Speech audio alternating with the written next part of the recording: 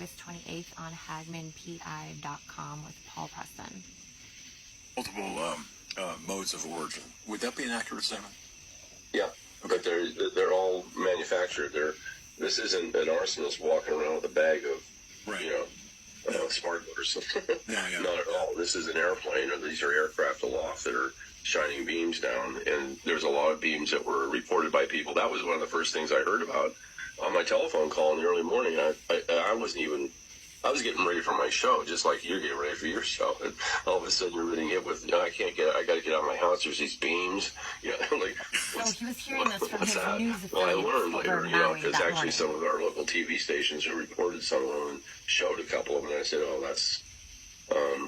that's a direct energy weapon, and I was familiar with those from Raytheon and, Grumman and those companies. They make them.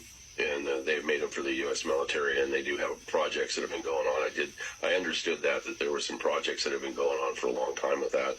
And I said to myself, they're using these on Americans. That was another hard conclusion. I had to kind of walk myself through it.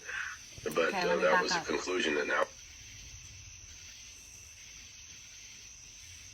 phones and everything else were ash at the time. So those were kind of like the easy pickings, and the number of the dead people that came about in that particular fire, they listed as 87. Now, that meant that they could only find 87 bodies. Right. They had thousands that they couldn't account for, and that was about 3,000 is what we figured, and it could have been as high as 5,000. We don't know for sure. I know that we did have an opportunity in the 28 days that we spent up there researching the fires and the high temperatures and everything else that were going on, that they had a mortuary group that was running around, 12 men in a van with white suits on, and they would search properties. And we did have a chance to talk to them, and they said, we can't find the remains of anybody. And people are calling in, my grandfather's missing, can you find him? They developed a list, and I saw the list, and I said, how many people do you think are here? He says, we have at least 3,000 that we can't account for. My goodness. So that's where we got that number. Can you imagine? Okay. And we were stunned. My team was stunned. We had a couple of people from New California that had backgrounds in biologics and metallurgy and heat, and they were estimated the temperature at least 3,000 to 4,000 degrees. And of course, that's when we started to put two and two together, that with the aerosol spraying and the chemtrails, you have aluminum oxide. Aluminum oxide is a fire accelerant. I mean, it burns very fast at a very high temperature.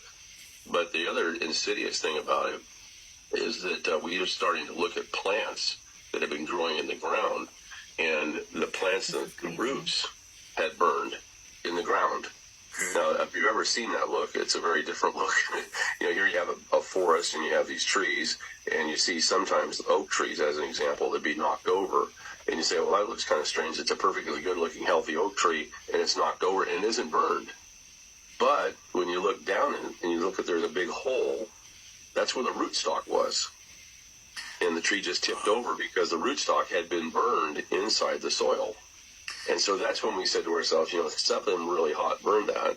And it had to be 3,000 to 4,000 degrees. That's what was the conclusion of our people were saying.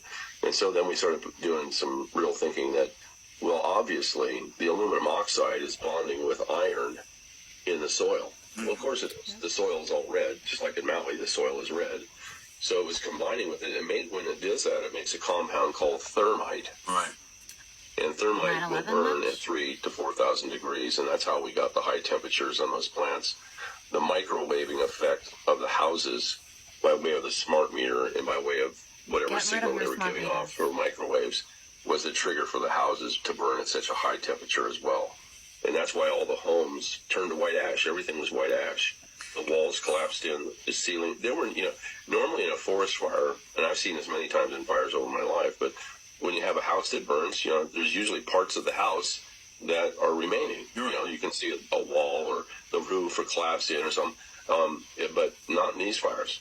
There's nothing, and you see that in Maui, same thing. Yeah, I was just going to say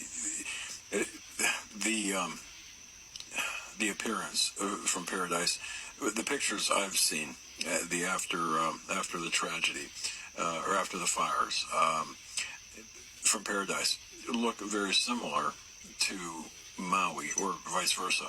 And you know, I remember one case. I worked one case of an automobile fire, and this was a hot fire.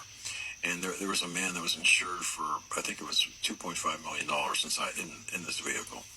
And it was the whole thing was strange. But the fact is, it didn't look anything like what I saw in Maui with the pictures from Maui or with the Paradise Fire. So, yeah. So okay. So you're saying obviously that there's something here pretty foul going on.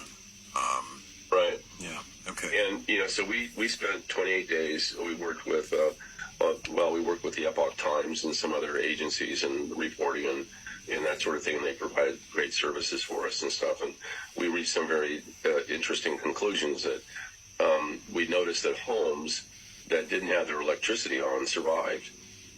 Homes that had their electricity on with an analog meter survived. We're talking about an electric meter.